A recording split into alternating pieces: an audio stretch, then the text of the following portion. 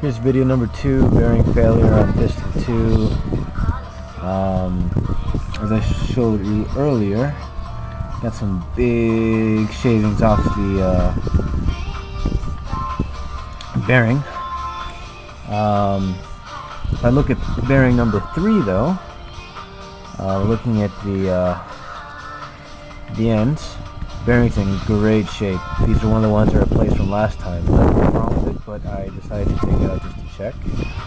Although, if you look at the bearings from number 2, I'll take a video of number 2.